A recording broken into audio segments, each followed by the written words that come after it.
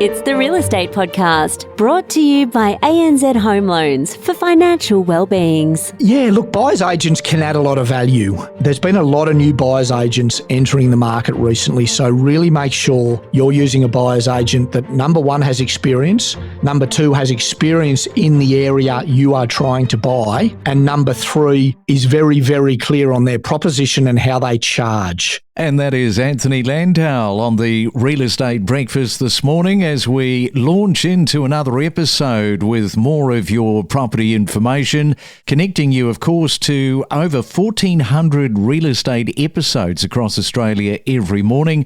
And we do that 7 days a week and streaming right now on Spotify and iHeartRadio. Well, it's been another fast and furious week, heading into another weekend of property hunting. Once we get done with today, it is Friday, October the 24th. Here's a question too for you. Do you use Temu? Got to say, once you download the Temu app, as I did recently, because I've chosen to completely ignore this app until now, the marketing barrage starts bombarding you relentlessly. You know, you've got the flashing pop-ups, the countdown timers, and these endless free gift offers. They are flooding your screen. Now, it's marketing on steroids at a level I have never seen before, and the amount of emails is by far the most I've ever received from a company trying to entice and lure their business onto mine. So what do? Well, the only natural thing is delete the app. Let's buy local. Too much of a nightmare. You know, the amount of customers they must be losing because of the way that they assault your senses, I would imagine, would be vast. Have you had the same experience on that? Love to hear your thoughts. You can leave a voice message below, or of course you can email us, myrealestatepodcast@gmail.com. Let's go to Sydney right now on our Friday and catch up with Anthony Landau. He's the mortgage broker and managing director of Equilibria Finance.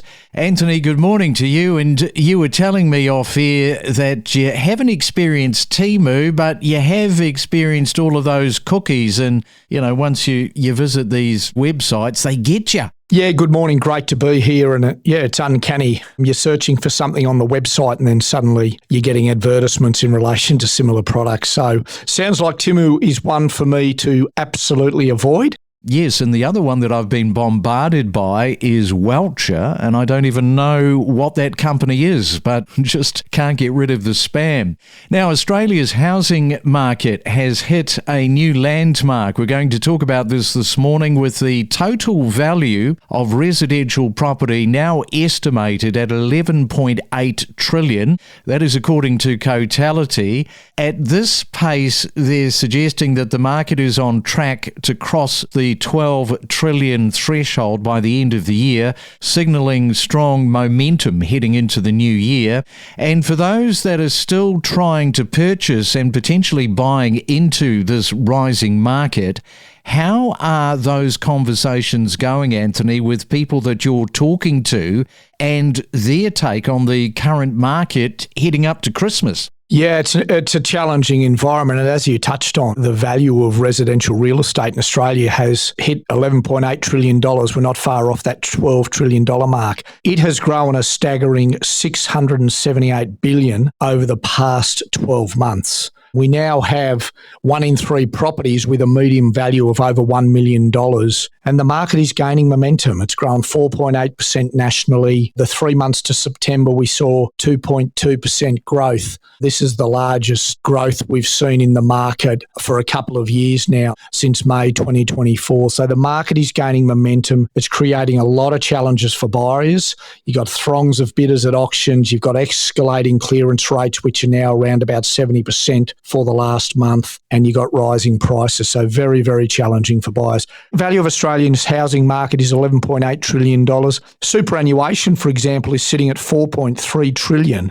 So 55.5% of Australia's wealth is tied up in real estate.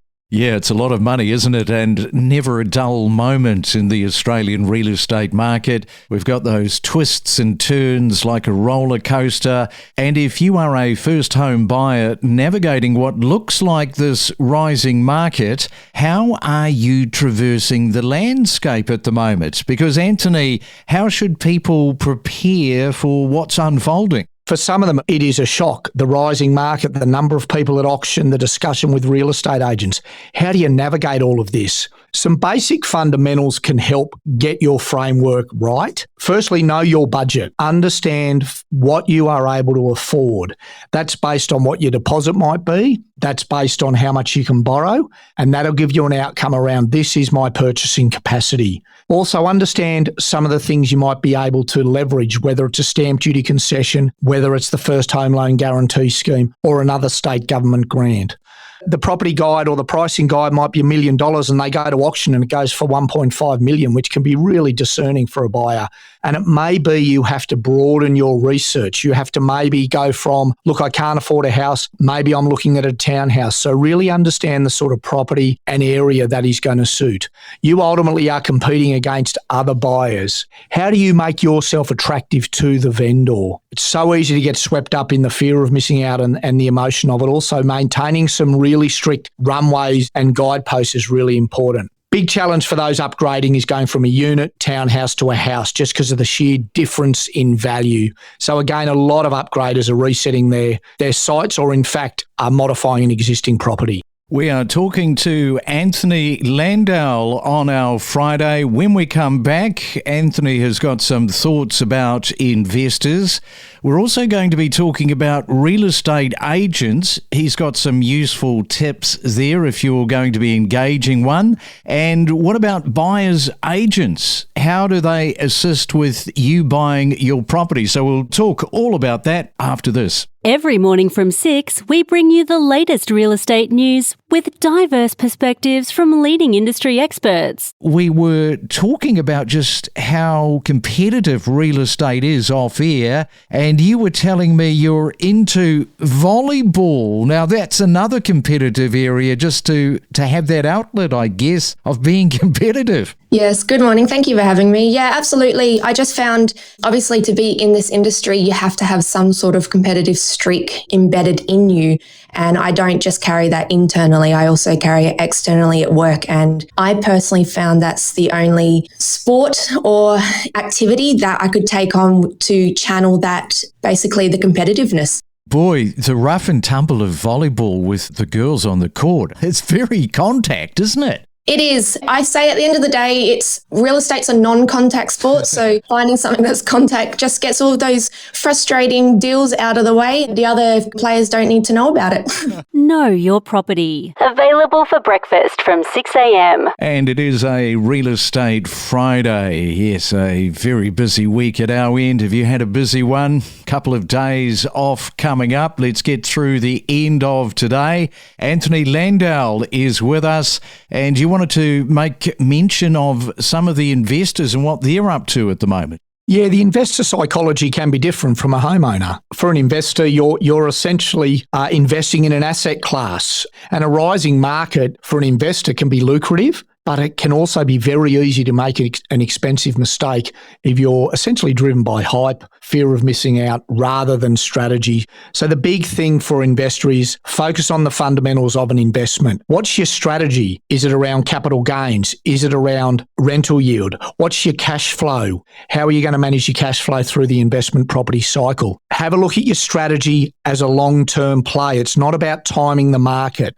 It's about buying the right property, having the ability to hold the right property for the long term. A big thing we talk to investors about is make sure you're buying an investment grade. Don't try and find a bargain in this environment that ultimately may not be a long-term investment. It's a bargain for a reason. Yes, indeed. And remember, of course, we are not a real estate company. Therefore, we have created this master list of agents and real estate companies right across Australia to help make some suggestions on who to engage if you are looking at buying or selling real estate. Even if you have a few names already carved out, you can still contact us and we'll pass along who we think could help out in your market. Now, because, Anthony, not all real estate agents are the same, you have some useful tips. Yeah, look, dealing with real estate agents, and obviously no disrespect, we work with a lot of real estate agents and there's some fantastic ones out there, but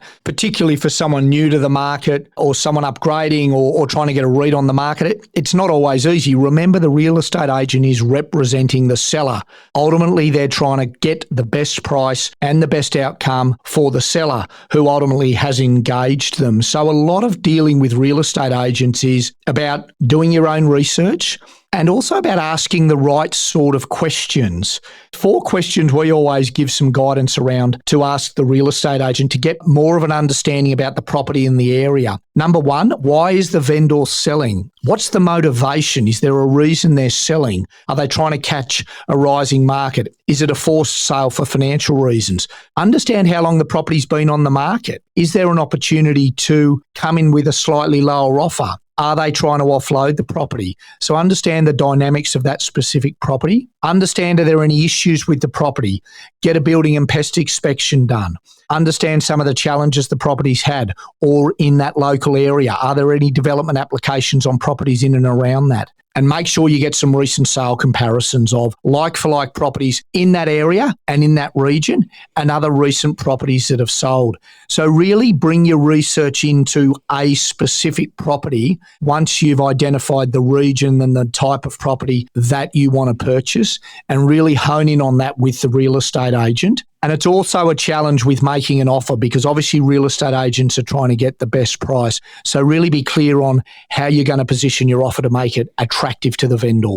And on that list that I was talking about, we also have buyers agents on it who we trust and can connect you with. And Anthony, what's your take on engaging with a buyer's agent to assist people buying property? Yeah, look, buyer's agents can add a lot of value. There's been a lot of new buyer's agents entering the market recently, so really make sure you're using a buyer's agent that, number 1, has experience, number 2, has experience in the area you are trying to buy, and number 3, is very, very clear on their proposition and how they charge. We often talk to our clients about a buyer's agent might charge a flat fee for their service or a percentage-based fee. We always recommend try and find a buyer's agent who charges a flat fee and talk to the buyer's agent where you need help. Buyer's agent have a number of different offers. Some of them will do the full service where they'll do the full finding the property, securing the property, doing the negotiations and seeing it through to the end. Some buyers will also offer a service of negotiating with the agent or attending the auction for you. And this can be a really attractive service for those people who have attended auctions, who keep missing out on properties, who are struggling to nail that property down with the negotiation. We had a client recently utilise a buyer's agent who secured a property at auction for them, and they're absolutely thrilled. They found the property, the buyer's agent secured it for them. So really understand the buyer's agent offer and really make sure the buyer's agent understands your brief, knows the area and knows your laneway and is very clear on the outcomes you're trying to achieve. All right, we'll leave it there, Anthony. You enjoy your Friday, enjoy the weekend coming up, and catch you back same time, same channel very soon. Looking forward to it. Have a great weekend, everybody. Whether you're a seasoned investor or a first-time buyer, know your property with us on the Real Estate Podcast. You don't want to overcommit to a larger borrowing scenario because you say you are on your own, you're in your 40s with no backstop. I guess you'd have a few comments about Nikki there in Adelaide, just sort of weighing the pros and the cons up. I believe the goal of this is to help people get into the market sooner and get in front of that increase and hopefully build some equity and get on that property ladder. And it is difficult for people when they're up against investors or second home buyers who are capitalising on equity. And we've heard stories of investors and seen it ourselves where those second home buyers or investors who have slightly better leveraging and better financial positions just offer slightly above the government incentive cap, which helps them to grab properties. My thoughts would echo yours, Craig, that if you can afford to and if buying a property is very high on your priority list, then jumping in sooner rather than later can be helpful because then you're getting ahead of that potential growth that we're hearing a lot of economists speak about. We connect you to the best real estate information across Australia. The Real Estate Podcast.